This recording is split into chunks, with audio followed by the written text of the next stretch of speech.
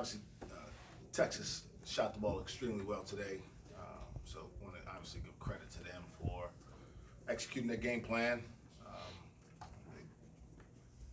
They hadn't shot it particularly well throughout the year, but they obviously shot it better in their last game and carried over to today. Kind of showed you how, one game can kind of change your mindset. They were 0-2 a week ago as well.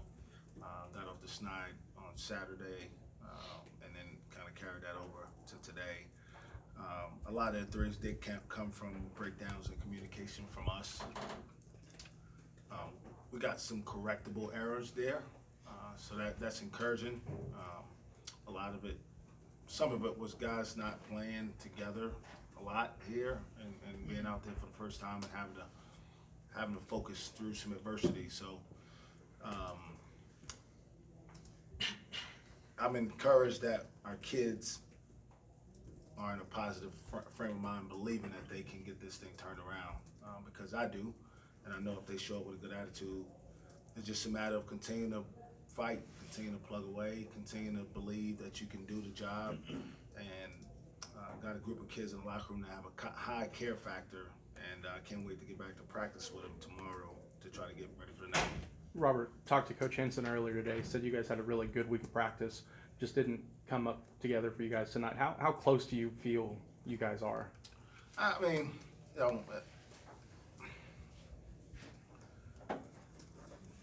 last week we barely got over 40, and we played really, really good defense. And then we talked to our guys about not worrying about missing shots. And if we score 64 in either one of our games last week, we win by 10, somewhere in there. And today we scored 64 and lose by 12. So I don't want to give a bunch of coach pick. I do believe that we're getting better.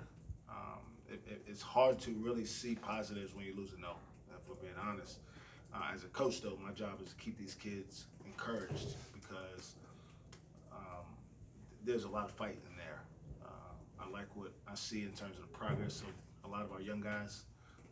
They're all showing signs that they're certainly going to be capable of helping us for a long time.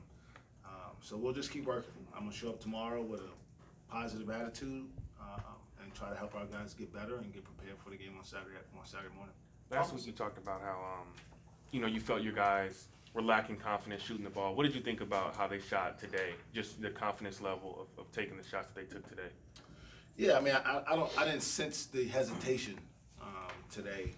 We obviously didn't shoot as many threes as we had in either one of the previous games, but I thought the shots were taken with good rhythm. I thought they shot them like they expected them to go in, and the result was better. Didn't shoot our best, and we didn't have it across the board. They had 1, 2, 3, 4, 5, 6 guys make threes, one of which I think only shot 4 threes on the year, and Kai Jones. So it's one of those nights, but from a mentality standpoint, I feel like they played more confidently on the offensive end, and now we got to go back and figure out where the breakdowns were defensively to try to be ready for the next time we face them. Caleb and Thomas have been talking about how Caleb's been doing pretty good in practice. You made weight. He's been working with assistant coaches. What have you seen from him during the weekend practices? With freshmen, the hardest thing is for them to understand how to bring it every day. And when they're good enough, which he is good enough talent-wise, they figure that part out. You see what you saw from him tonight, what you've seen from Avery Anderson over the last few weeks, is their confidence starts to grow as well. And basically, it's the typical kind of a pattern for these guys. I like his aggressiveness around the rim. I like his attitude. He knows these guys are much stronger than he is right now, but he plays fearlessly. And I'm proud of his progress. I'm proud of the work that our coaching staff has done to get him more consistent in practice and prepared for these type of opportunities. And I look forward to seeing him get better for our program. Caleb said he's at 207. What is his goal weight that he's trying to get to? Does he have a number, I guess, longer term than Well, just... he can't get to the number we need him at right now. Right? So there is no number right now. We just want him to keep eating. Ultimately, maybe next year we're hoping 220, 225, maybe somewhere there. So that those shots he's getting around the basket where he's getting fouled and and having to go to the free throw line, that he's now going to the free throw line for one shot because he's still able to finish the play. But right now, I don't want him to worry about that. I want him to just go out there and play basketball with the great energy that he does right now. Make sure he's eating as much as possible and to play the game with confidence because he's going to be a really good player for a long time for us. You mentioned how important it is to be positive as a coach. Thomas came in here, obviously you guys, it hadn't worked out well with the wins here lately, but still positive. This senior group's been through hell and back. What is it, how does that help you, I guess, all the crap they have been through, to say, hey, these guys are still positive, they've been through it, and they can help these young guys? Because you have a mix of older guys, but a great mix of young guys too, and they can help them through that. Yeah, I mean, I want success for these seniors more than anything in the world. I've been with them here for their whole careers. I've seen everything firsthand that they've experienced, and they're great kids. And so you want to see good things happen for them. And I hate that they're going through something like this. But the truth is, adversity helps us at some point, right? We don't know how it's going to come out on the other side, but we will. Our day will come where we'll eventually knock that tree down, and it's not going to be able to go back up.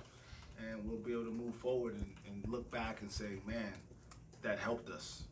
Right now it's hard because you're in the middle of it. And so my job is to not fall into the pattern that they get everywhere else. Everywhere they turn now, they're the worst players in the history of our program. And that's the furthest thing from the truth. We're not having success the way anybody wants to right now, including those kids, but they're giving us everything they have every day. And that's all I can ask of them as their leader. I want them to know they're good players, that they're going to help us have success, and they're going to be a big part of the reason that this program ultimately gets back to where it's a national contender consistently because of their commitment over the time that they've been here. You mentioned on Monday you wanted to play a little bit faster on offense. Did you feel happier with the pace today? Yeah, I thought we tried to really get out and run. I thought we pitched the ball ahead and tried to get to the basket a lot. Disappointed we got really good free throw shooters. We stepped up and missed a bunch of free throws again today, which was, it's just uncharacteristic of what this team is capable of. But it's kind of one of those deals when it's going bad, right? You get all of it. That's something that we've struggled with here lately also, and can't dwell on it. Here's what I do know. On Saturday, the team I think is the #1 team in the country is coming into our place. So if we walk around for the next 48 hours feeling sorry for ourselves, it won't be good. If we can figure out a way to understand what happened tonight, get better, come back to practice tomorrow with a good attitude, have another good day of practice on Friday, we'll give ourselves a chance to compete against, a team that'll be a #1 seed in the NCAA tournament. And again, it just takes one, to get the ball rolling, and that's my job as a head coach and our job as a staff to make that happen. You limited Yor tonight. How are you trying to work through some of maybe what he's going through right now? Just searching, still searching. Obviously we tried the other day, bring him off the bench. Kind of a negligible difference, if any. Today just was out of position defensively quite a bit, and my job is to help him. My job is to help him. Like I said, he's one of those kids that's probably walking around not hearing a whole lot of positive information right now. He's the same kid who left New York City with an MVP trophy. So I've got to get him to remember who that guy is, and that guy is him, and that he's still capable of doing those things. So we'll get to work tomorrow to figure it out. Sorry, go ahead. Oh, okay. After Jonathan started against TCU, then kind of what went into the decision to not play him tonight? I mean, it wasn't necessarily a decision about not playing him as much as, I thought Caleb and Hedy had both been really good in practice. And just an opportunity for those guys to get out there and play as hard as they can. I thought they produced. Obviously, specifically, Caleb played a lot for us. Hedy didn't play as much, but those guys are getting better. And right now, no one in that group has really separated themselves.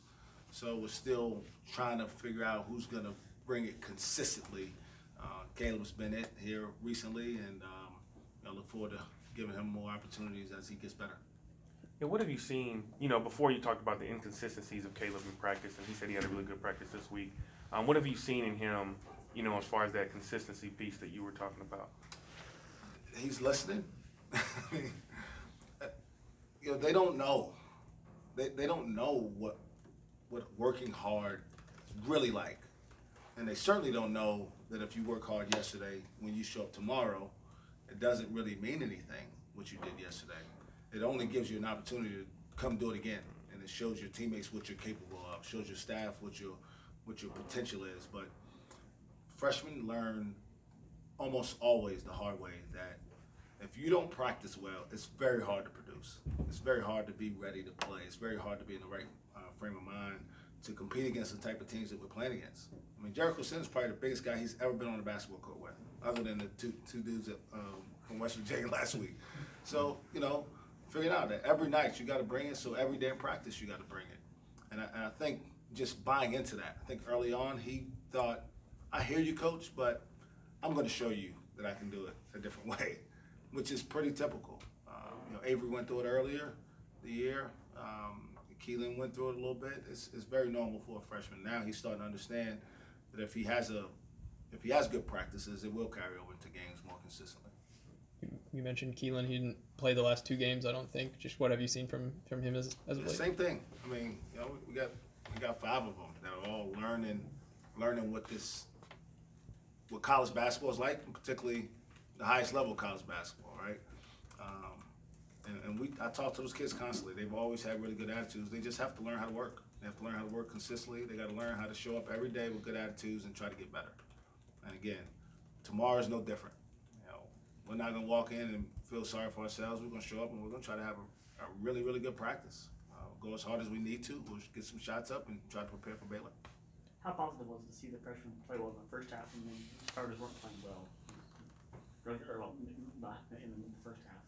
Yeah, I mean, it's typically the time, if your freshmen are good enough, this is about the time where you normally start to see them, we say, poke their heads up, and kind of show what they're capable of doing. Are they ready to do it every day consistently?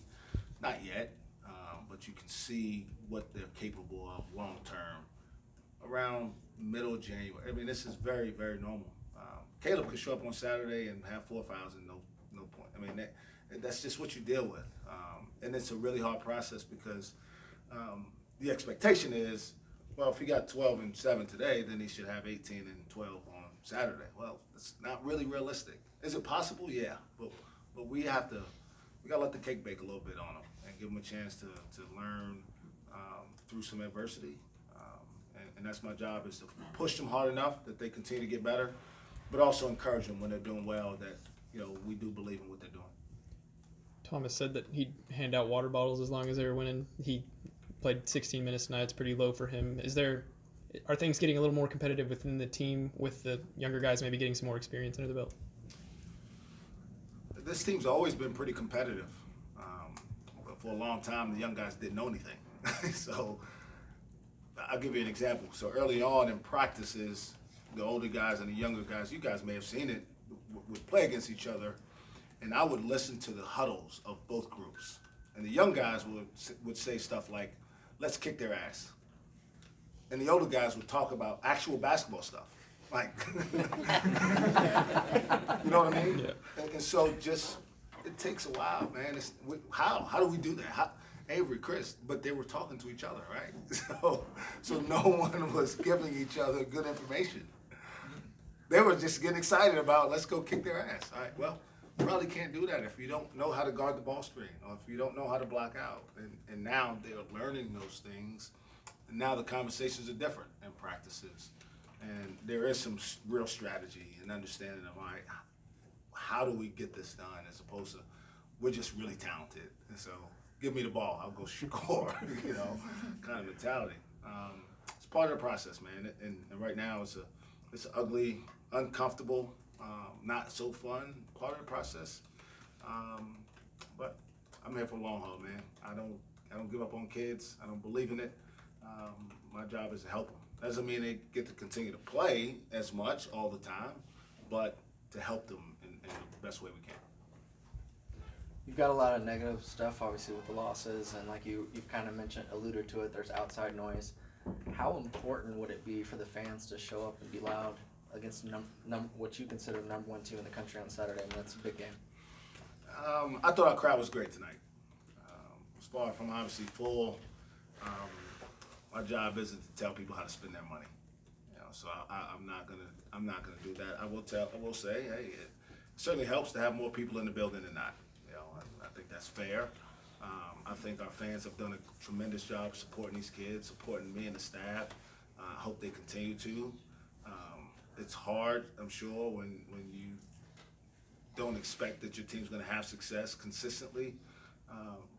But I will say, for us to get back to where we want this program to be, it takes everybody. It really does. And it takes people, staying kind of committed in some uncomfortable times. But I get it. People work hard for their money, and they get to decide how they want to spend it. And I don't make any judgments on that.